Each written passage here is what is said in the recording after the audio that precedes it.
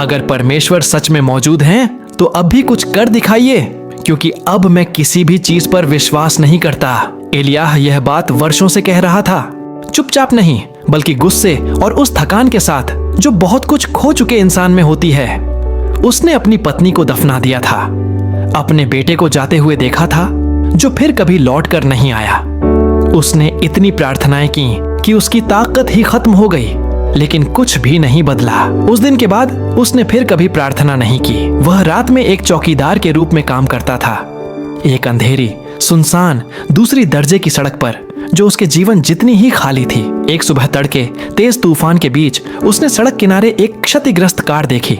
लाइटें बंद थीं, चारों ओर सन्नाटा था। वह पास गया। कार के अंदर एक महिला फंसी हुई थी, निश्चल, चेहरा पीला, कंधा ढीला पड़ा हुआ। एलियाह ने नाड़ी टटोली, कुछ भी नहीं। कुछ ही मिनटों में और लोग वहां इकट्ठा हो गए।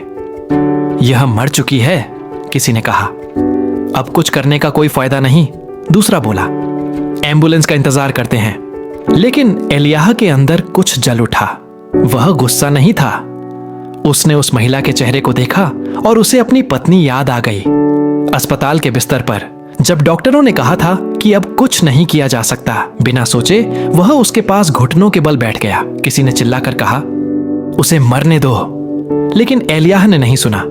उसने कहा, अगर परमेश्वर हैं तो अभी कुछ करिए, क्योंकि अब मेरे पास विश्वास करने के लिए और कुछ भी नहीं बचा। यह कोई सुंदर प्रार्थना नहीं थी, यह एक शिकायत थी, एक पुकार थी। अचानक सन्नाटा भारी हो गया।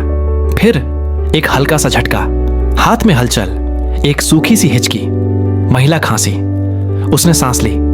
वह जिंदा है, किसी ने चिल्लाया। उसकी सांस रुकती, फिर चलती, फिर वापस आती। उसका जीवन फिर से ऊपर उठ रहा था, जहां सबने उसे पहले ही छोड़ दिया था। जब एम्बुलेंस पहुंची तो पैरामेडिक्स ने कहा, 1 मिनट और होता तो हम कुछ नहीं कर पाते। उनमें से एक ने एलियाह की ओर देखा और धीमी आवाज में कहा, परमेश्वर ने आपको इस्तेमाल किया।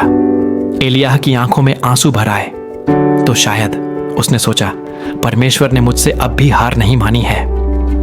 उस रात एलियाह को उसका अतीत वापस नहीं मिला। उसका सारा दर्द भी खत्म नहीं हुआ। लेकिन उसने एक जरूरी बात समझ ली, परमेश्वर को परफेक्ट विश्वास नहीं चाहिए।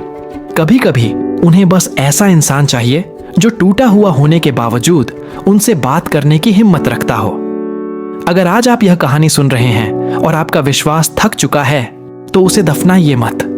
वह अब भी किसी काम आ सकता है।